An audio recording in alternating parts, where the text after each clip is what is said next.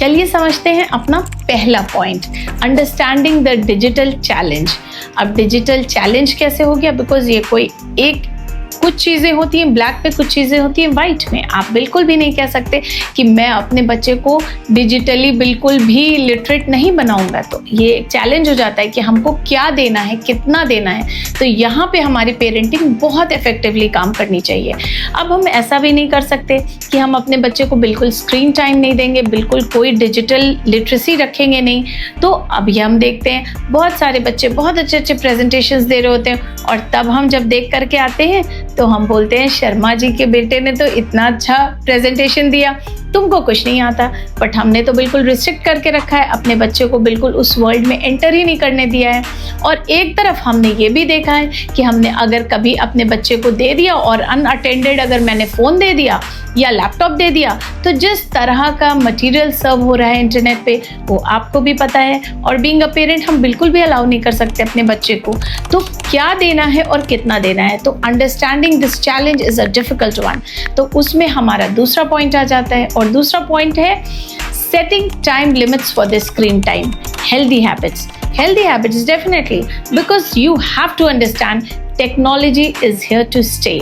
आप इससे बिल्कुल अलग नहीं हो सकते हैं, आप अपने बच्चे को बिल्कुल अलग नहीं कर सकते हैं। तो आपको टाइम लिमिट सेट करनी होंगी। अब बीइंग अ वर्किंग मदर मेरे आगे भी बहुत सारे टाइम पे ऐसे चैलेंजेस आते हैं। अब मानिए मैं अपना ऑफिस का कुछ काम कर रही हूँ, अब आप पेरेंट्स के ही कुछ इश्यूज होते हैं, उन्होंने मुझे मैसेज किया, मैं रिप्लाई कर रही हूँ। अब मेरे बच्चे घर में मुझे देख रहे हैं, because children are very tender, they have tender minds. वो नहीं समझ पा रहे हैं कि मैं कब काम कर रही हूँ और मैं कब कुछ और कर रही हूँ। तो वो बोलेंगे मम्मा आप तो फ़ोन पे लगी हुई हैं, क्योंकि मुझे suddenly, because I am a principle of a pre school, तो बहुत ही अर्जेंट, पेरेंट्स जो हैं वो बहुत न्यू पेरेंट्स हैं मेरे साथ, तो फर्स्ट टाइम पेरेंट्स भी बहुत सारे हैं, तो उनके बड़े सारे इश्यूज़ होते हैं। छोटी सी बात, मैम आज मेरे बच्चे ने पानी नहीं पिया, आज उसकी वाटर बॉटल भर के भेजी थी, तो मैम वो बॉटल खाली नहीं हुई, तो क्या मेरे बच्चे ने आज पानी ही नहीं पिया?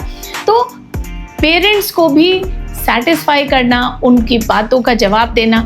तो अब मेरा तो यही प्रोफाइल है, मैं तो जवाब दूंगी, मैं रिप्लाई करूंगी। मेरे बच्चे ने देखा और मुझसे पूछा, या फिर आप ऑफिस जाते हैं या आपके हस्बैंड ऑफिस जाते हैं और आपने वो रिप्लाई कर रहे हैं, अपना काम कर रहे हैं, और बच्चों ने पूछ दिया पापा आपने तो मुझे मोबाइल नहीं दिया और आप मोबाइल पे लगे हैं, देखिए डिनर ले हो गया, मम्मा ने डिनर लगा दिया है। तो ऐसे चैलेंजेस के टाइम पे आपको बच्चों को धीरे धीरे ये explain, okay let me finish my work and I am just coming back to you, और आप उस काम को, जो भी काम आप कर रहे हैं उसको फिनिश करिए, और फिर बच्चों के साथ उसको कीप योर डिवाइस असाइड, और उसके बाद फिर आप आकर बच्चों से मिलें और बात करें, और उसके बाद उनके साथ डिनर पे एक अच्छा हेल्दी टाइम स्पेंड करें। तो दिस इज़ वेरी इंपॉर्टेंट कि हमें टाइम लिमिट सेट करनी है। इसके अलावा अब टाइम लिमिट दूसरी तरह भी सेट करनी है, हमको बच्चों को देना है कि चलिए बच्चे हाफ एन आवर 45 मिनट्स अब ये मोबाइल आपका। और मैं आपको एक पेरेंटिंग टिप यहाँ पे एक और बहुत अच्छे से शेयर करूँगी। क्या करती हूँ मैं, तो अपनी डॉटर का जब भी मोबाइल उठाती हूँ तो मैं उसमें कुछ ऐसे सर्च कर देती हूँ, बिकॉज हमारा सर्च इंजन बहुत इफेक्टिव होता है इंटरनेट का। आप जैसी सर्च करेंगे फॉलोड वीडियोस उसी तरीके के पॉपअप होते हैं। तो हमें भी क्या करना होता है, अपने बच्चों के मोबाइल में या जो भी डिवाइस हम उनको दे रहे हैं, आईपैड दे रहे हैं या कुछ भी दे रहे हैं, उसकी सर्च इंजन में हमेशा मोटिवेशनल या रूटीन सेट करने वाली या फिजिकल एक्सरसाइजेज वाली या मेंटल हेल्थ वाली सर्च बना के रखिए, सो दैट सर्च इंजन उसी तरह के वीडियोस पॉपअप करता है। तो हमारे बच्चे जब मोबाइल टाइम देखते हैं तो वो ज़रूर वो सारी चीज़ें उनके आती रहती हैं, देखते रहते हैं। तो इस तरह से जो जैसे पहले कहा जाता था कि अच्छा पढ़ना बहुत ज़रूरी है, तो अब पढ़ना तो आप समझते हैं, तो अब अच्छा देखना बहुत ज़रूरी है। तो इसलिए हमेशा अपने बच्चों को जब आप डिवाइस दें तो मॉनिटर देम। मॉनिटर ऐसे नहीं, अभी जैसे ग्रोइंग अप बच्चे हैं तो मॉनिटर ऐसे नहीं कि बस झांक रहे हैं, ऐसा नहीं करना है, बट उनको बहुत ही डिसेंट तरीके से। But guidance is a positive word. तो अपने बच्चों के मोबाइल पे, डिवाइस पे हमेशा एक अच्छी गाइडेंस ज़रूर रखें कि जहाँ से भी जो भी रिसोर्सेज आपके न्यूज़ के हैं या इंफॉर्मेशन फ्लो जो है वो ऑथेंटिक होना चाहिए। बिकॉज इंटरनेट पे तो आपको बहुत सारा मटेरियल मिलेगा, मगर जो आप मटेरियल यूज़ कर रहे हैं वो कितना ऑथेंटिक है ये बड़ा इम्पोर्टेंट है। तो हमेशा आप जहाँ से इंफॉर्मेशन ले रहे हैं that source should be very credible. Next आपका पॉइंट आ जाता है सेट स्ट्रॉन्ग पासवर्ड्स। तो कोई बात मायने खास नहीं रखती है, बट साथ ही आ जाते हैं हमारे बैंकिंग और हमारे फाइनेंशियल्स के जो पासवर्ड्स होते हैं। So always keep in mind कि keep strong passwords for your financial transactions, for your keep strong passwords for your financial requirements, for your financial transactions, and keep strong password banking। जितने भी passwords हों वो सब बहुत ही strong रखने होंगे आपको। और यहाँ पे अब आती है डिजिटल लिटरेसी। अब डिजिटल लिटरेसी हमारे ग्रोइंग अप बच्चों को भी चाहिए और हमारे एल्डरली पेरेंट्स को भी चाहिए, क्योंकि हम एज अ पेरेंट जब हम पेरेंटिंग टिप्स शेयर करते हैं तो हमारा बहुत सारा फोकस कि हमें बीइंग अ पेरेंट क्या क्या करना चाहिए। बट यहाँ पे हमको एक चीज़ और भी देखनी पड़ेगी डिजिटल लिटरेसी में, because technology is here to stay, वो तो रहेगी ही रहेगी। तो अब हमारे एल्डरली पेरेंट्स को किस तरह से ट्रेन करना है, that is also very important. और हमारे ग्रोइंग अप बच्चों को भी, अब हमारे बच्चे जो टीन एज में हैं वो अपने फ्रेंड्स के साथ जा रहे हैं, उनको किस तरह से अपना मोबाइल यूज़ करना है, उनको किस तरह से अपने जो फाइनेंशियल ट्रांजैक्शंस हैं कहीं पे उनको कुछ जीपे करना है या फिर किसी भी तरीके का पेटीएम करना है, किस तरह से वहाँ पे यूज़ करना है, कैसे पासवर्ड्स रखने हैं, कभी ऐप कोई डाउनलोड कर रहे हैं वहाँ पे क्या उनको किस तरह से अपनी सेफ्टी बना करके रखनी है।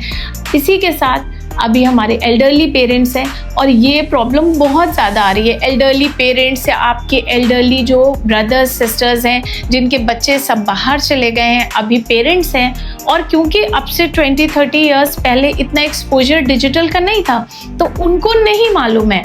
मेरे अंकल हैं, उनकी पेंशन आती है, फिर कभी कभी फ्रॉड कॉल्स आप जानते हैं, तो फ्रॉड वहाँ से वो डेटा एक्सट्रैक्ट करके और उसके बाद फ्रॉड कॉल्स आती हैं। तो हमें it is very important for us कि हम जैसे अपने बच्चों को गाइड करते हैं, डिजिटल लिटरेसी उनकी हम करते हैं, उसी तरह से हमें अपने एल्डरली पेरेंट्स को भी, क्योंकि ये बहुत बड़ा थ्रेट है और जितने भी ऑनलाइन स्कैम्स होते हैं उसमें सबसे पहला टारगेट हमारे एल्डरली पेरेंट्स ही होते हैं। तो इसको हमें बहुत ध्यान देना है और स्ट्रॉन्ग पासवर्ड्स बनाने हैं और उनको भी एजुकेट करना है कि उनको किस तरह की क्वेरीज को जो है एंटरटेन करना है और कहाँ पे फाइनेंशियल ट्रांजैक्शंस में क्या क्या टेक केयर करना है। अब हमारा लास्ट पॉइंट आ जाता है सेफ्टी का। तो आपकी जो इंफॉर्मेशन आप देते हैं तो आप तो बहुत समझ जाएंगे, आप पढ़े हैं, आपका डिजिटल एक्सपोजर भी अच्छा है, बट हमारे बच्चे जो कई बार और स्पेशली हमारे टीन्स जो हैं वो कई बार बहुत सारे ऐप्स डाउनलोड करते हैं और उसमें बहुत सारी कभी पिक्चर अपनी अपलोड कर देते हैं तो कभी अपनी पर्सनल इंफॉर्मेशन शेयर कर देते हैं। और आपको तो पता है आजकल ये सब कितना बड़ा थ्रेट है।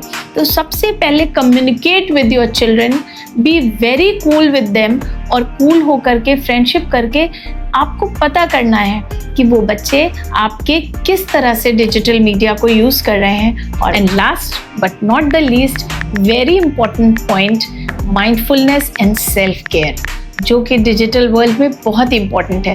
तो इसको भी हमने फर्दर 3 पॉइंट्स। माइंडफुलनेस मतलब हमको अपने माइंड को हेल्दी रखना है, और हेल्दी माइंड रखने के लिए सबसे पहले क्या है, healthy mind exercises, meditation, physical exercises. आपको पता है, आप बहुत अवेयर हैं आज की डेट में, तो फिजिकल और मेंटल दोनों एक्सरसाइजेस बहुत ही इंपॉर्टेंट है।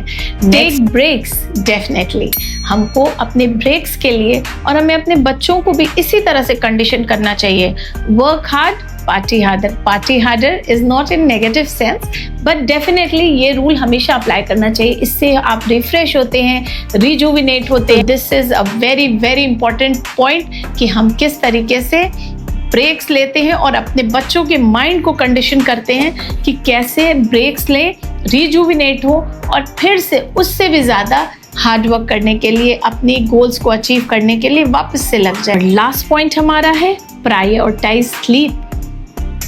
बहुत इंपॉर्टेंट पॉइंट है। दिमाग में 6-7 आवर्स हम सोते रहे, 6-7 आवर्स हम सोते रहे, उसके बाद भी हम उठे और हमने सोचा 5 मिनट और सो लेते हैं, 5 मिनट और सो लेते हैं। तो ये 5 मिनट में जो 6-7 आवर्स में नहीं कर पाए वो 5 मिनट में कैसे कर लेंगे?